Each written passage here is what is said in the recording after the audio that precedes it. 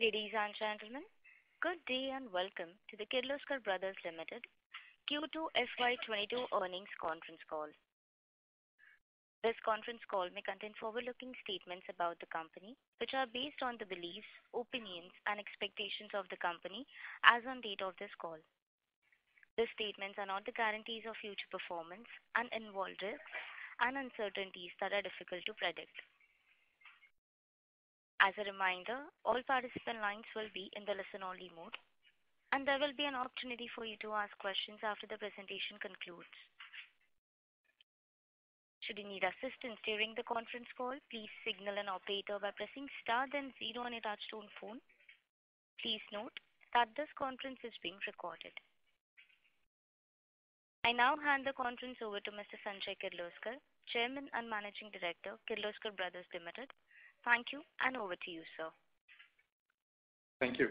Good afternoon, everyone, and season's greetings to all of you who are present on the call, where we will discuss our financial results for quarter 2 and H1 of the current financial year. I'm happy to connect with all of you again. I hope everyone has had an opportunity to go through our financial results, our investor release, and the investor presentation, which have been uploaded on the stock exchange as well as the company's website. The company has reported a resilient performance despite facing multiple challenges in terms of higher input costs, shortage of shipping containers, and incessant rains across the country. H1 of fiscal year 22 revenue, EBITDA and PAT grew by 26%, 6% and 114% on a year-over-year basis, respectively.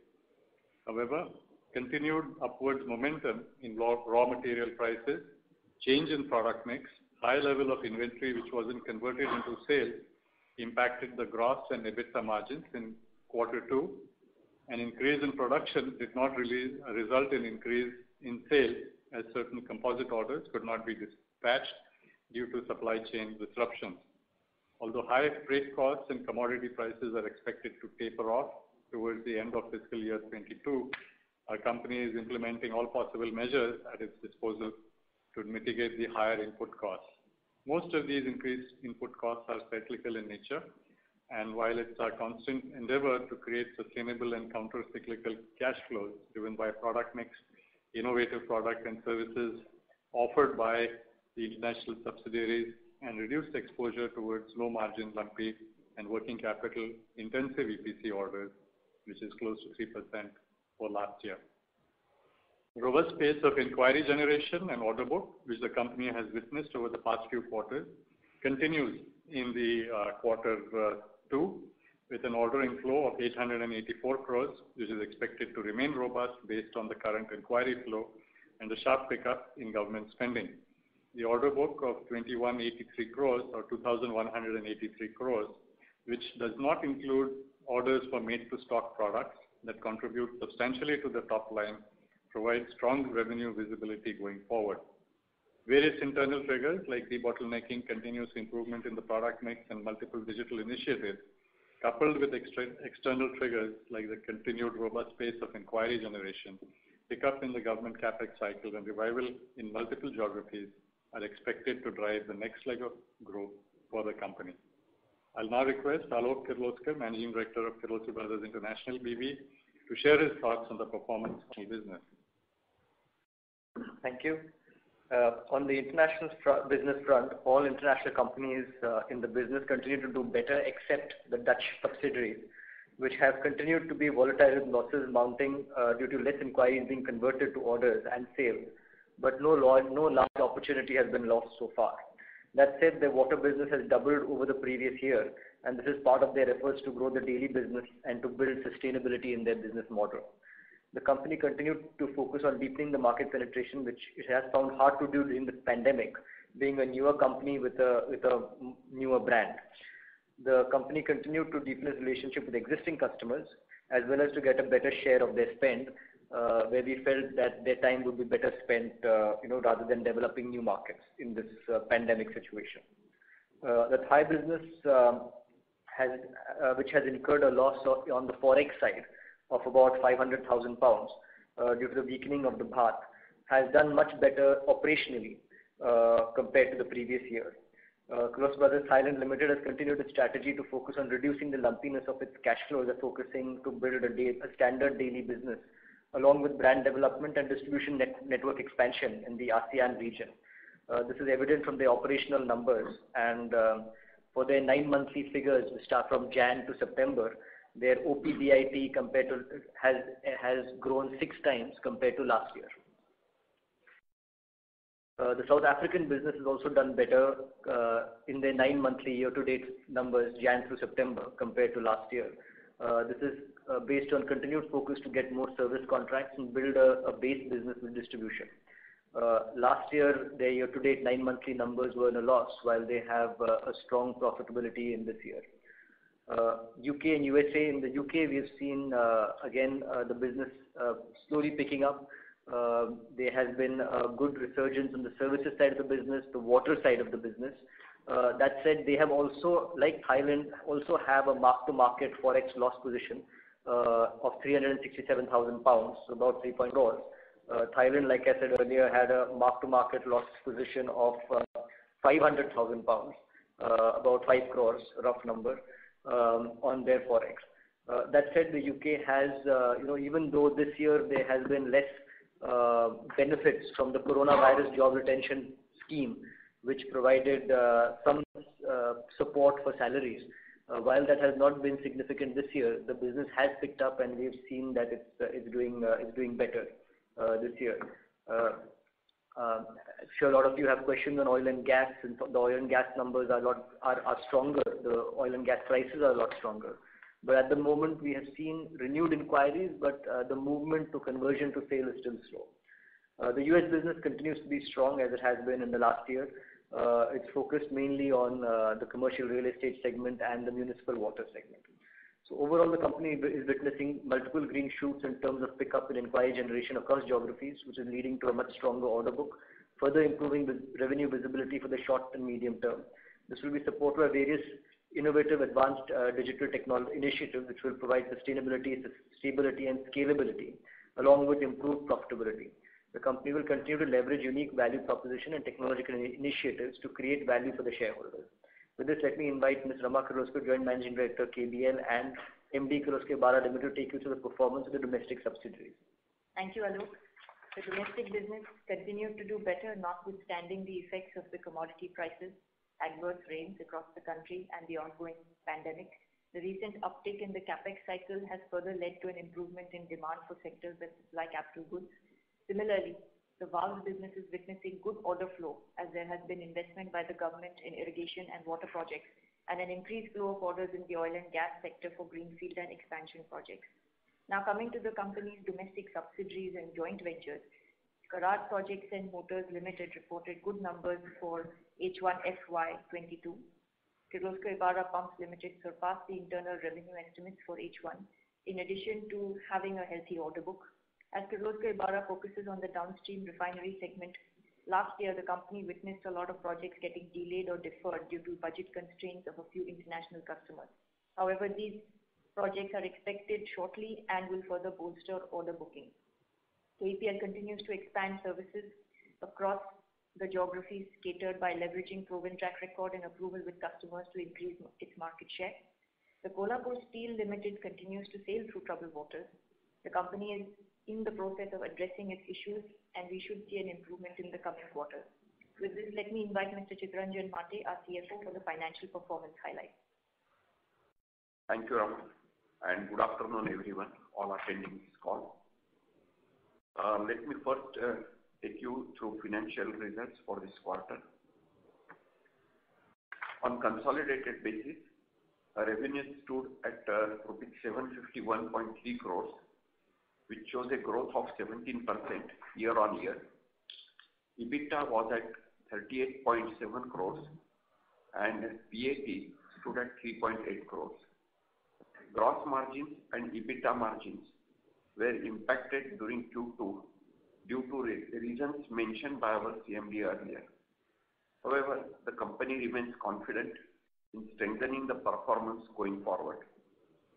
On a standalone basis, revenue stood at rupees 484 crores compared to rupees 430 crores year-on-year.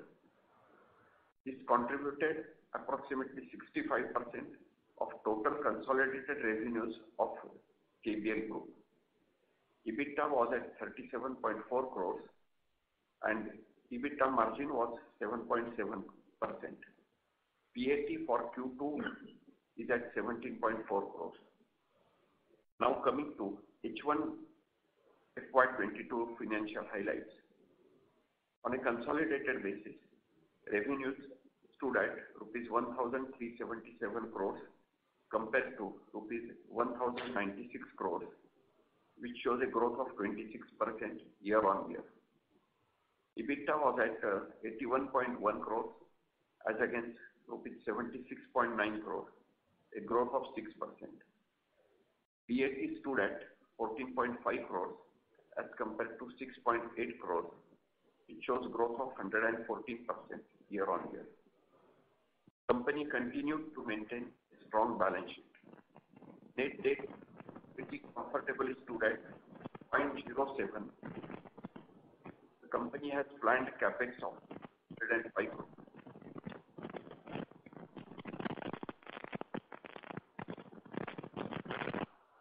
Hello. Hello? Are we audible? Yes, ma'am, you are audible. Please go ahead. Okay. This capex would be utilized predominantly to debottleneck existing capacities. The major portion of capex will come from internal accruals and partly from term loans. However, the net debt to equity will remain in a similar range as all debts are getting repaid through internal accruals. That is all from our side. We can now begin questions and answers. Thank you. Thank you very much. We will now begin the question and answer session. Anyone who wishes to ask a question may press star and 1 on the touchtone telephone. If you wish to remove yourself from the question queue, you may press star and 2. Participants are requested to use handsets while asking a question. Ladies and gentlemen, we will wait for a moment while the question queue assembles.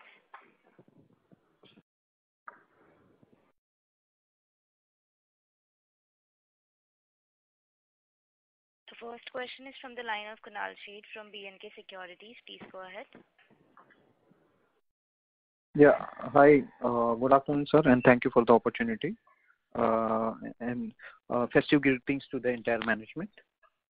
Sir, my first question is pertaining to the margin, especially the gross margin has been going down. So what is the sense that we are getting in terms of, are most of the legacy orders over now and we should see things improving from here, or is there more pain in terms of commodities left? On gross margin, I'm Mate speaking.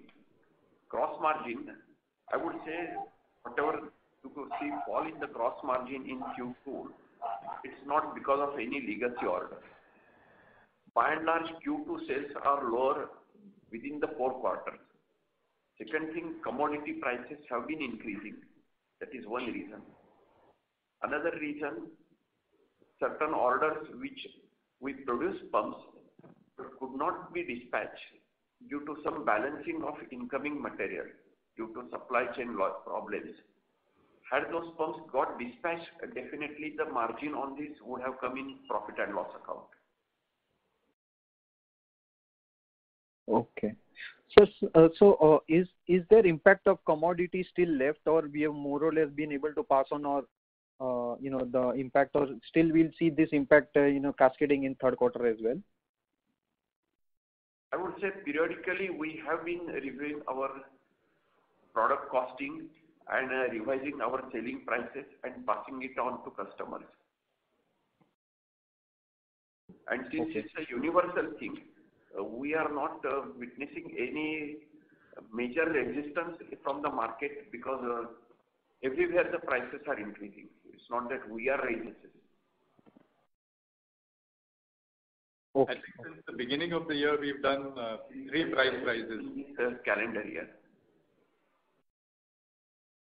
Sorry, so you're saying beginning of the year? Since the beginning of the year, we've done 3 price rises. Okay. And what would be the quantum cumulatively for those hikes? I would say it differs product to product.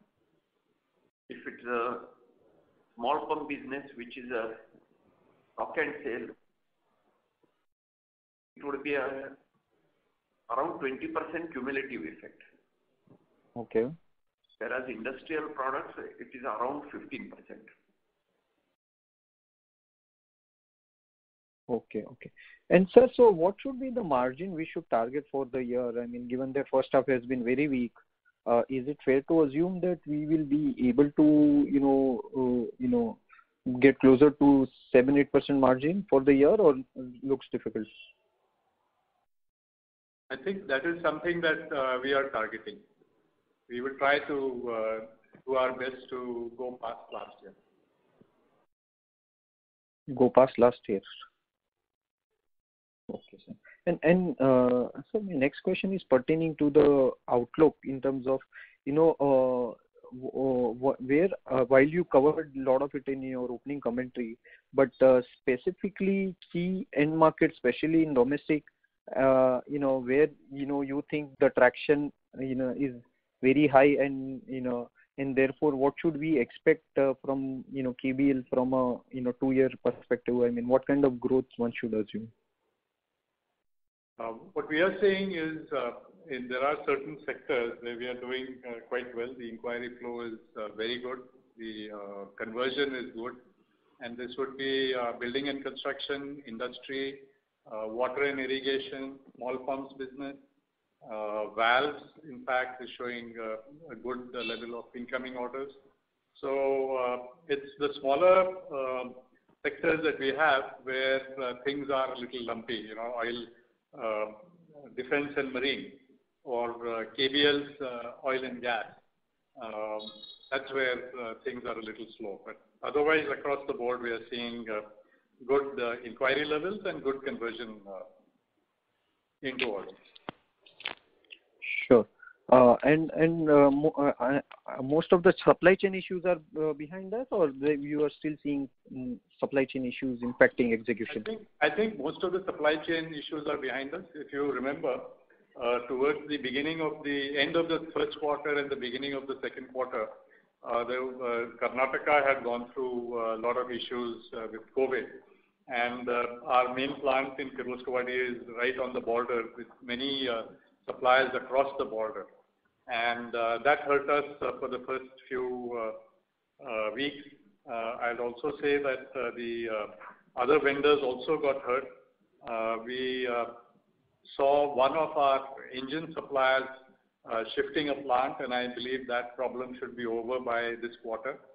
And in international also, there are issues with supply chain.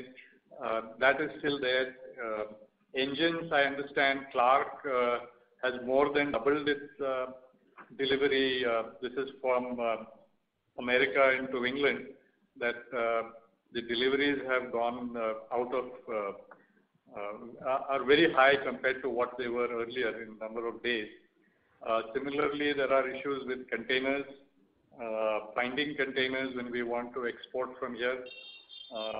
Controllers, motors, again, US motors is an issue. There is a supply chain issue. But I believe that in this quarter, things will get smoothened out, other than possibly engines to the international business. Sure. Thank you so much for the detailed explanation, sir, and best of luck for the future. Thank you. The next question is from the line of Keshav Garg from TCITL. Please go ahead. Sir, frankly, the results are very disappointing. And sir, we thought that after the fourth quarter, the company has finally turned the corner, but it seems that again now we are hit. So we are doing sub 5% operating margin on consolidated basis. So basically, in the consumer side of the business, we must be doing double-digit margins. So the rest of the business is basically either in loss or in no profit, no loss. So basically, then how do we overcome this? And I mean, since commodity prices are not cooling down, at least as of now in the quarter that we are in Q3. So basically, when do you foresee us finally hitting double-digit margins?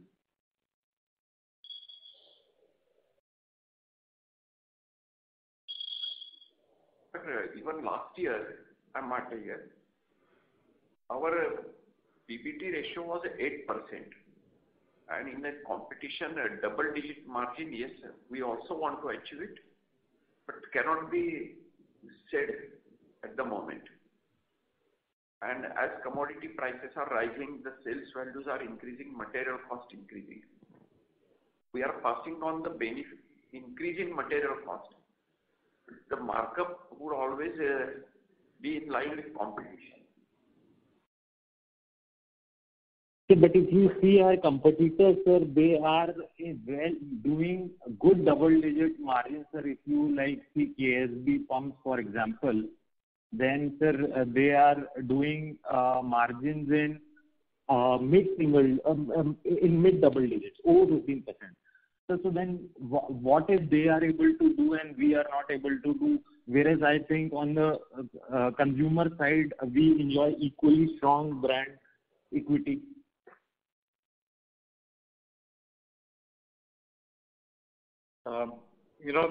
Historically, KSB has had a higher margin because of some of the businesses that they had, especially nuclear and boiler feed side. We are, I think, this year, like I have explained, there have been supply chain issues. Mr. Mate has also said that certain items that did not go out because of disruptions, which stayed in the plant, that also would have raised the margins if they had gone out. So there are specific issues relating to the pandemic that we saw in the last quarter, and I'm quite clear that things will improve going forward. Okay, sir. Sir, my last question is that, sir, way back 12 years in FY10, we did 265 crore of EBITDA, and last year our EBITDA was less than 250 crore. And sir, now if we just adjust this for inflation, then maybe our EBITDA is a third of what it was 12 years back. So now my question is, so that when do you foresee us breaking out of this range that we have been stuck in since a long, long time?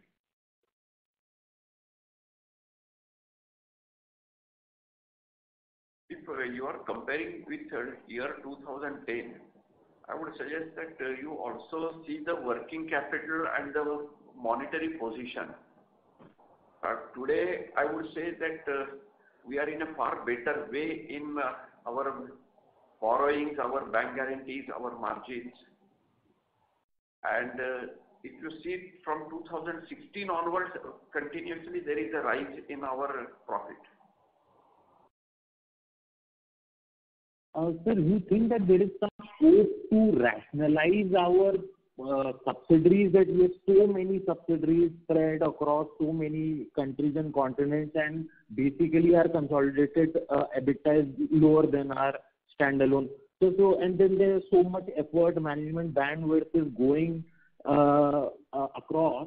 So you think that we are spreading ourselves too thin, and maybe there is some scope to prune our portfolio of subsidiaries? We have two subsidiaries in India, Kirloskar Corrocoat and Kharad Projects and Motors, and one international subsidiary which operates in about 6 countries. Each of them is in a specific market where we get benefit out of being like that. If you just check out our global competitors, you will see hundreds of subsidiaries, because that's the way the industry is set up. KSB India that you talk about is one of 40 or 50 subsidiaries of KSB, because that's how the pump market operates around the world. And I think it will be difficult without the benefit that the subsidiaries bring us of having continuous orders month on month in all these geographies, and allowing us to build our network over a period of, we've had them for 10 years now. Earlier, the orders used to be one-off, two-off. Now, on a continuous basis, we get orders as we establish ourselves in those markets. Okay, so thank you very much and best of luck. Thank you so much. Thank you. The next question is from the line of Pritesh Chheda from Lucky Investments. Please go ahead. Yeah, sir. Thank you for the opportunity. Sir, one question on a slightly, medium-term outlook. With every passing quarter, are you seeing more confidence emerging in the non-agri, non-consumer side of the business in your standalone operations, which is basically industrials and building, construction, and pumps or valves related to there? Are you seeing incrementally confidence building up in terms of visibility and orders? And do you see a situation where this piece of the business, can at least kind of double over the next 3-4 years? Yeah, we like I said in the opening statement, we see in almost every sector the inquiry flow is higher, and the conversion of inquiries into orders is also higher. Okay. So there is increasing confidence for the next 3 or 4 years. And this piece of the business is about 40% of your standalone operations, right? No, I would say in most of the sectors, we are seeing this. Okay, and this... Not just the small pump business, but whether it's building and construction, whether it's industry, whether it is water and irrigation where we supply large pumps to the EPC contractors. In all these areas, we see increasing confidence. So my question was X of irrigation and X of bazaar products. It is about 40-50% of our revenues, right? Bazaar products, would be about 40-50% of our revenues. No, I'm asking not bazaar products, sir. I'm giving you answers which is not only the bazaar products, but building and construction, industry, water, irrigation not for farms, but where the state governments give orders to EPC contractors, those kind of large pumps. In all these sectors, we see increasing confidence. Okay. And one question from your comments that you made. So I know your standalone operations do have variability in margin because of the type of product mix each quarter or the way larger orders are executed. You mentioned one comment that eventually on an annual basis, your margin will be higher than on standalone operation, will be higher than what were reported in FY21. Is that the comment you made? The comment I made was we will try and exceed last year's margin. Okay. And at what... I said we will try our best because things are still fluid. So we have to take whatever steps that we need to take. No problem, sir. And at what scale of business on a standalone operation should you reach double-digit margin? At what scale of business, I'm asking?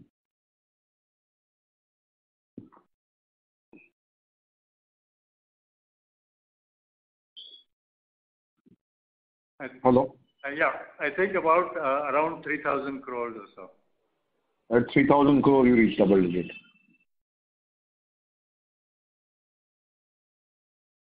Hello? Yeah, 3,000. Okay. Thank you very much, and wish you a happy Diwali and happy New Year, sir. Thank you very much. Thank you. A reminder to the participants to ask a question, please press star and 1.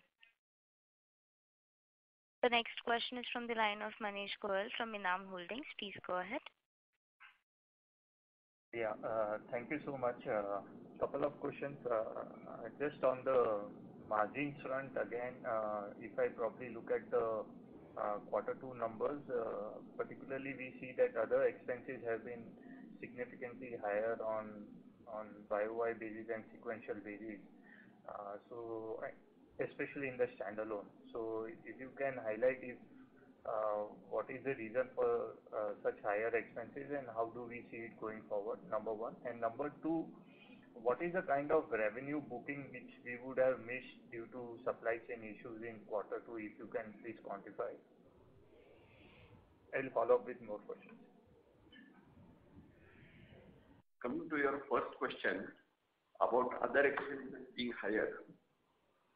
I believe you are comparing with previous year same quarter. Even if you look at standalone, yes, the numbers are, YOY is also quite significantly higher. Yeah, I would say there are two broad reasons. One is if we compare with previous year, the first quarter was total lockdown, and then you are not operating, you are not incurring certain expenses. And then we had taken some temporary measures to control expenses and some permanent measures, structural. Now, this year, it was not total lockdown at factories. Factories were working, but the working was affected. So when you are operating, you incur expenses. And then temporary measures you cannot keep permanent, so you have to roll back. But the resultant output of operating, keeping the plants running, couldn't happen because of the supply chain issues. So manufacturing expenses increased, but the corresponding increase in sales is not witnessing because of certain imbalanced inventories which happened due to supply chain. And then your next question, how much it impacted? I would say that this imbalanced production has increased our inventories by at least 50 crores. If the things would not have been there, those would have been converted and resulted into sale. The sale would have been definitely more than the increase in inventories. Okay. And on the notional forex loss which we incurred in the international subsidiaries, so that notional forex loss is reflecting in other expense on a consolidated basis? Yes, it has to be accounted for. It is a notional loss to the extent that whatever borrowings the company had, they had mark to market. Because of the issues that tourism industry getting affected in Thailand, the Thai currency became weak as compared to dollar. And whatever dollar loans they had, they revalued at the current rate, and they showed the loss, which has come in that other expense from consolidated. What was that number, sir, if you can please share in Q2?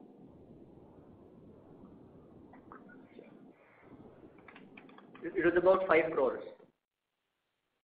That was only for Thailand, right? Yeah. And overall total, like you also mentioned UK also had certain losses. UK had 367,000 pounds, roughly 3.67 crore over year loss. Mark to market. Okay. And two more questions. One on the export side, especially from the India. How is it progressing? And maybe want to know that in the current order book, is outstanding order book of exports also included, or it is not part of the export order book? And how do we see it progressing, number one? And number two question I have on the Kirloskar Ebara. Would like to know what is the order book over there, and how is the progress on the API drive turbines? Even one of the other domestic player, Triveni Turbine, has launched API drive turbines, and are we seeing competition from that? Thank you. Manish, on the export numbers are included in the order book numbers. I think that answers one of your questions. Okay. The second part is that, between the international companies, most of the companies where they're located are based on, certain requirements in terms of local value addition, etc. And so, whether it's South Africa or EU or UK, USA or ASEAN, that's broadly the areas they're operating in.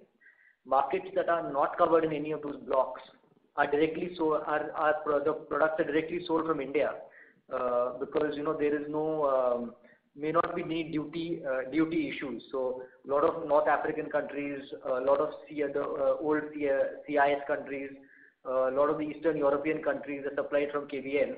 But of course, it is not a blanket thing, because we are focused on only certain countries where we can keep getting depth, and we evaluate our team based on repeat orders rather than just random orders.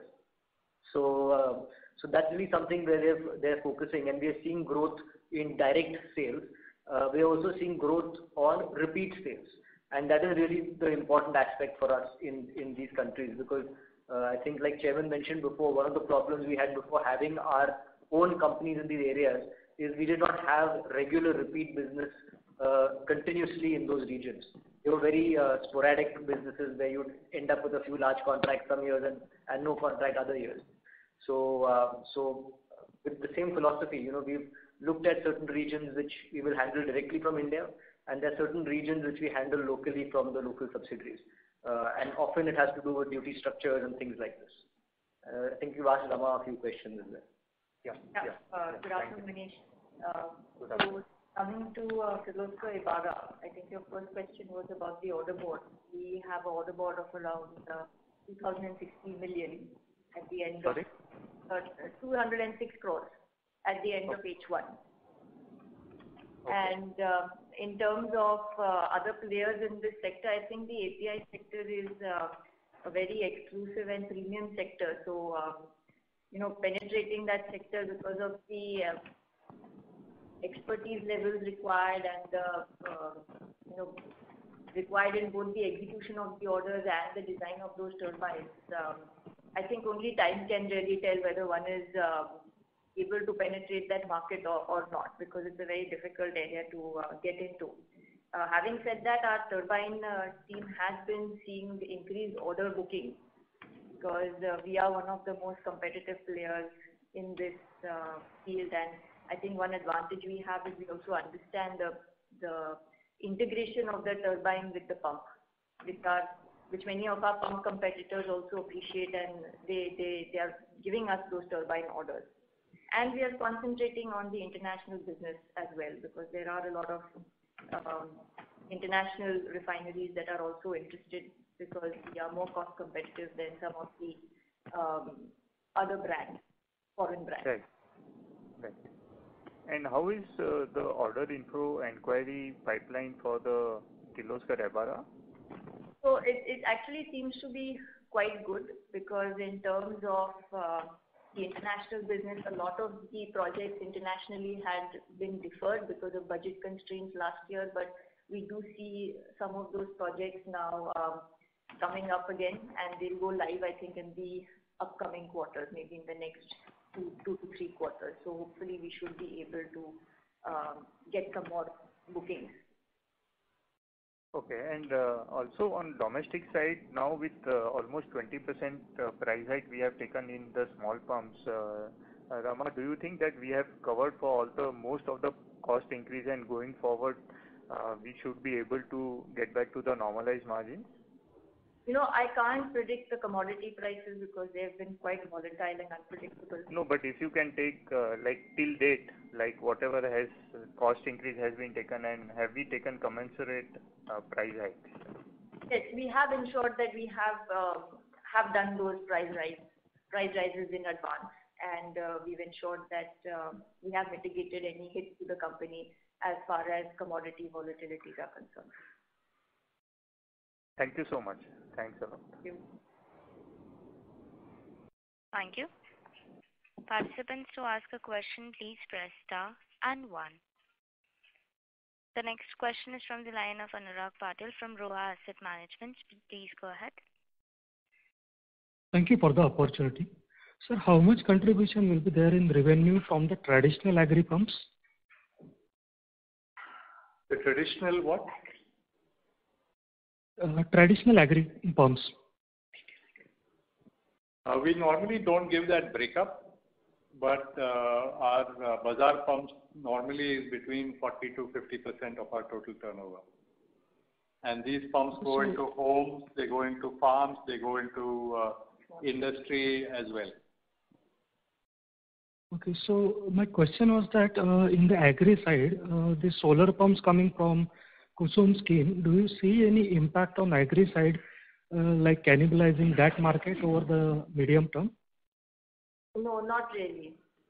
And as far as the solar business is concerned, historically we've always worked through the integrator so that we don't have any payment issues. Okay. And the planned capex number? Pumps in tens of thousands per year to the solar integrator. Okay, sir.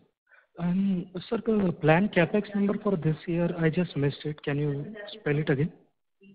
The planned capex number is about 105 crores. Okay, sir. Thank you very much.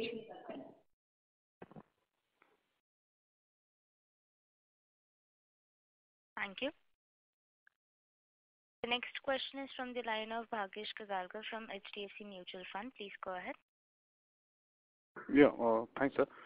So this is regarding the nuclear opportunity. I'm not talking just about the large nuclear opportunity. There has been a talk in some circles, I mean, from your side, that these smaller nuclear plants, 70 or 100 megawatts, may be the answer for the current ongoing crisis. But the backlash against nuclear energy has been so much in certain European countries like Germany.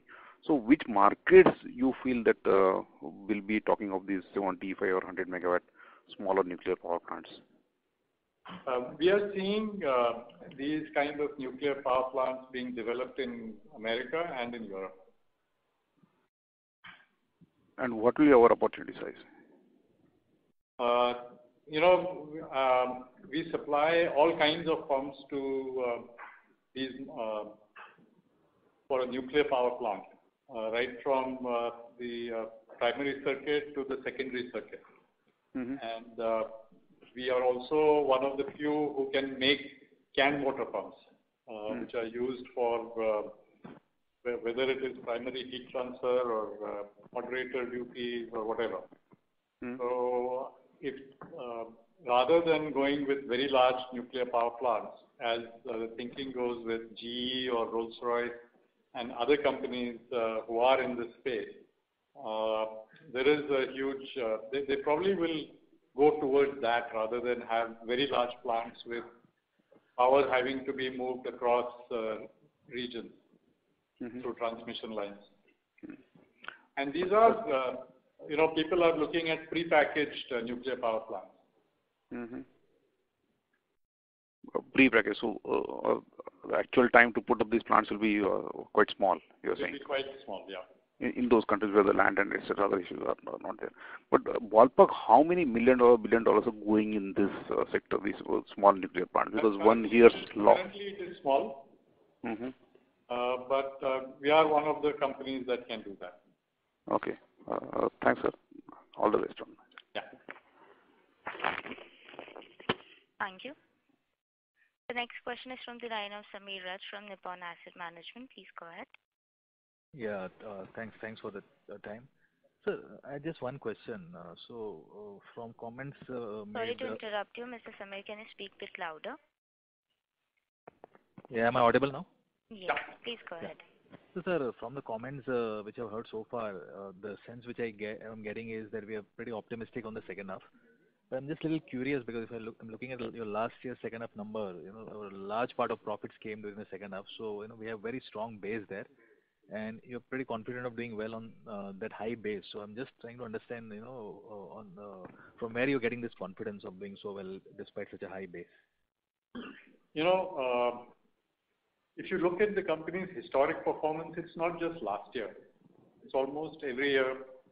The worst quarter is actually the second quarter of the year because, number one, seasonality, the small pump business, it is for us at least as a company, it's not the best part of the year. The third quarter and the fourth quarter are both very good for the small pump business because the Rabi season starts and summer, at the beginning of summer again, there is good demand. So that is there. Number two is that there is a lot of requirements from all our customers, whether government or semi-government or private, to meet their objectives before the financial year end. And therefore, there's pressure on that and people are readier to come to take their pumps away. And number three is the inquiry flow that we see of new requirements from customers. Like I said a little earlier, inquiry flow is good, the conversion is good. This comes from whether it is steel, distilleries or cement. We are seeing this across the board. Number 4, as Mr. Mate mentioned, supply chain disruption that we've had in the second quarter, the rise in inventory, we expect that will get converted in the third quarter. So, these are the 3 or 4 things that make me confident. One is historic, that it always happens this way, and number 2 is the way customers are coming up with inquiries and the conversion. The conversion of those inquiries into order. Sure. I think thanks so much for a detailed reply. And also, your capex number, I think 105 crores. So that's, after a long time, we are speaking of such capex of this size. So that also shows, maybe to an extent, confidence of future, right? I would say generally it has been around 50 to 60 crores. Right. This year we have planned about 100 crores. So it's not significantly high, but yes, it is higher than last couple of years, I would say. Okay. And you also mentioned that this part of this capex is also for capacity expansion. So, yes. So basically you're saying... capacity expansion, it is a debottlenecking. So whatever capacity we have can be properly utilized. Okay, understood. Great. Thanks for your replies, and we're wishing you very happy Diwali and New Year, all of you. Thank you. Thank you. Thank you. Participants, to ask a question, please press star and 1. The next question is from the line of Priyanka Singh from Atidhan Securities. Please go ahead. Yeah, hi. Good afternoon. So I had 3 questions. The first one is there any plan to monetize the loss-making domestic and international subsidiary and, invest more into the profit-making company?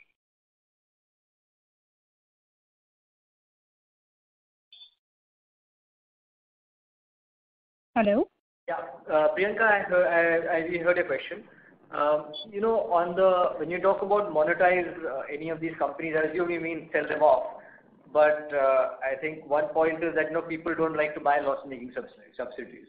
So it's our responsibility to first turn them around, even before selling them off. And I think that's whether we are in or not. I think the first step is to turn around any subsidiary that has had an issue. And that's really what we've been doing the last few years. Whether it's the Thai subsidiary or the South African subsidiary or even the UK subsidiary which had an issue for 3 years in the middle. We focused on turning them around. This is step 1. The other point is that the Dutch subsidiary remains in a loss. Of course, they have a lot of new technologies, but we are working on looking at new ways to turn them around because they have groundbreaking technologies that we can use around the world. One issue, of course, that we don't have in the international companies is that we don't have the depth in the brand in any of them that, let's say, we have in India. And that's really what we want to create. In whichever region we are in, we need more depth in the brand to be able to, command the same levels of premiums and command the same level of repeat business from customers. And that's really been at a very top level, the objective that we get those premiums, which of course translate into profitability, and of course the base business which translates into regular sales and an ability to stand through various issues in those regions. So I hope that answers your first part of your question. The domestic subsidiary, I think, would be TKSL, which you probably alluded to. And TKSL again is a key part of our supply chain. It makes high-grade castings which are used in power plants, are used in chemicals, are used in water supply. They make basically low-carbon stainless steel castings. And so, as it stands, we don't have it in our mind that we want to dispose of the subsidiary at the moment. Okay. My next question is, what is the order book which is mentioned in the press release and how many, and it is for how many months? What I meant is how much time is required to execute these orders? So one part of the order book that is not mentioned over here in the numbers is our small pumps business, which doesn't have an order book. Whatever we orders we get during the month are executed during the month. And like I said, this contributes to between 40 to 50% of our turnover. The rest of the order book is partly international and partly domestic.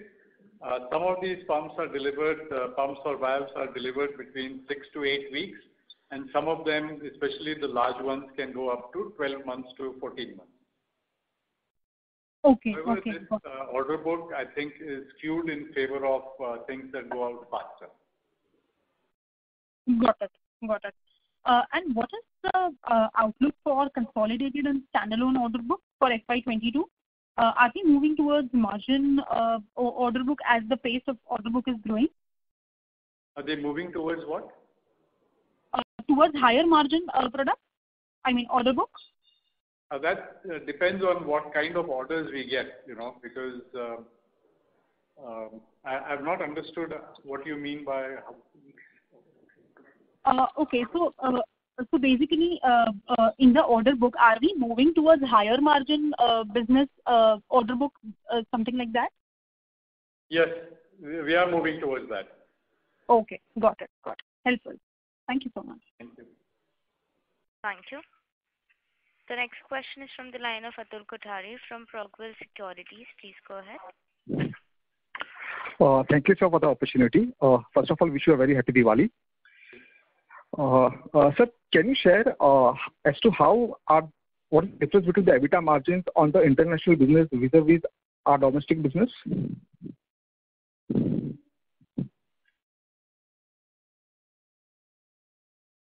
Just a moment. Hello? Yeah.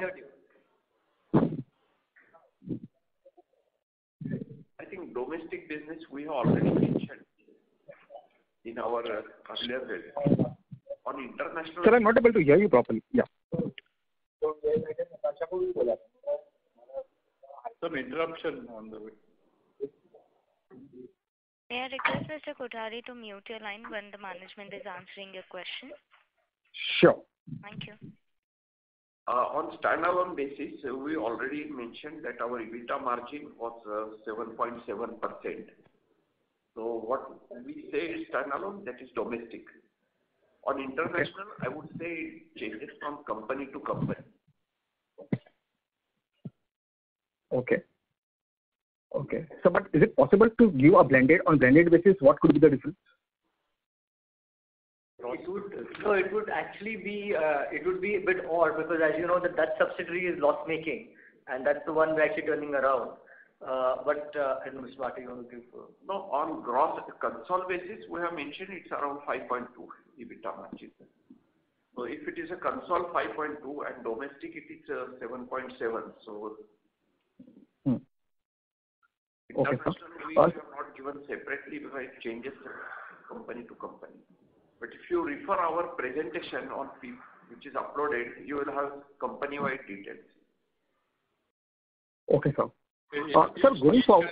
Sorry, Mr. Kothari. Yeah. Every company's EBITDA margin is given. Every company's revenue, EBITDA margin, PAT has been given in absolute numbers as well as in percentages, both domestic subsidiaries as well as international subsidiaries. If you refer page number 30 onwards, for each company, we have given separate figures for previous. Sure, sir. I'll check that out, sir, for sure. Yeah, because the business models are different. I mean, like we've said, at an overall level in international, we are pushing for 50% service business. I think Ms. Priyanka asked this question earlier, and I think her question was about product mix. And different companies are at different levels. I think SPP is at 32, 33%. Sometimes 30. I mean, monthly, if you look at sometimes 38%. But there are other companies which only have 3% service products. And then of course you have Netherlands, which is not making any money. Losing money, in fact, and so it's a bit of a mix. So it's better for you to, I think, look at the companies individually because all of them are, at different levels of that changed product mix. Okay, sir. And sir, given the higher standalone order book, are we expecting lower revenue from our international business? Compared to last, I think Yeah, compared to last year, the international has grown. I think we've already shrunk the international in 2020 because, at that time we shrunk the business to release cash out of the business and reduce debt, which you would have seen in the last year's numbers. Right now, the business is looking like it's growing again, and that's really the objective. But of course, we don't want to just grow the business for the sake of growing the business. I mean, we will only grow it based on the margins that are acceptable at in the international company level. Okay, sir. Sir, you had mentioned that the government capex cycle is picking up. So can you please quantify the revenue opportunity and which type of our products possibly could see traction on account of this? So everything related to water, whether it's for agriculture, domestic water, city water supply, we are seeing traction in all those areas. Okay. And sir, can you quantify the revenue opportunity which we may see? That depends. Okay. But I mean, we see that also, like I mentioned earlier, in steel, in cement, distilleries, across the board. Actually, we are seeing this. I mean, some of it is government, some of this is private, but okay. We are seeing this across the board. Okay, sir. And sir, lastly, sir, are you witnessing any order momentum in the KUSUM scheme through system integrators? Yeah. Yes, we are. Okay. And sir, can you throw some insight on the same? In the sense? Like I said, in the sense that we get, they participate in all these tenders and we get orders from a large number of them. Okay, sir. Sure. Thank you, sir. That's all from my end. Thank you very much. Thank you. Participants, to ask a question, please press star and 1.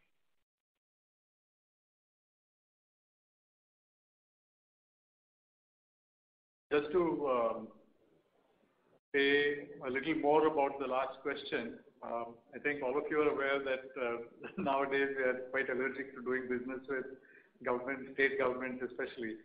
So we want to see our money up front, and that is why we participate through system integrators, as has been mentioned in earlier calls. Thank you. The next question is from the line of Kunal Seth from B&K Securities. Please go ahead. Yes, sir. Also, I was just looking at the slide that you have given, which highlights your subsidiary performance as well. So, YOY, if I see, the profits have almost halved, especially the KBIBV, there we have a loss of approximately 7 crores. So what specifically went wrong there? I mean, and most of the issues in the subsidiaries are commodity or transitionary issues, or is there any specific that we should know about? I think we've discussed this a little earlier. There's a forex mark-to-market loss of 5 crores in Thailand and a mark-to-market loss of 3.6 crores in the UK. Those two are adding factors to the deteriorated numbers that you see in this quarter. Apart from that, I would say that generally the sales have been a little lower than expected, about 10 million pounds in the UK by itself because of supply chain issues and delivery of various components that are required from key vendors like engine vendors, etc. The same issue we see in our American plant, where a couple $1 million of sale are reduced. On the other side, we do see, generally the profitability is much better. I mean, while Thailand has a forex profitability, I had mentioned earlier that at a OPBIT level, their profit is 6 times last year, same year to date. And similarly, South Africa also is much better. They were year to date in the loss last year, same time. And this year, which is 9-monthly number I'm mentioning, this year they have a couple million rands in profit. So generally, I would say that the numbers probably don't represent the reality in this situation, unfortunately. But that's where they stand. And of course, the Dutch company, they actually have higher losses compared to last year. and that is an area that we are working on right now. That said, last year's numbers also included some government benefit that America and UK had given to keep people employed, which is what they call Coronavirus Job Retention Scheme in the UK. And I think it's, I don't remember the exact name of the scheme right now in America, but there were two schemes that supported. But even without that support, I would say the numbers are okay. They're a bit skewed because of the Netherlands and because of market forex position. Sure. Got that. Thank you for such an elaborate reply. Thank you so much. Thank you. Ladies and gentlemen, you may press star and 1 to ask a question now. I think as there are no further questions from the participants, I now hand the conference over to Ms. Ramakishore, Joint Managing Director, Kirloskar Brothers Limited, for closing comments. Yeah, it's Rama Kirloskar. Thank you all for joining us on this call. For any queries, please feel free to reach out to us or our investor relations consultant, SGA. Wish you a very happy and safe Diwali. Thank you. Thank you. On behalf of Kirloskar Brothers Limited, that concludes this conference. Thank you for joining us, and you may now disconnect your lines. Thank you.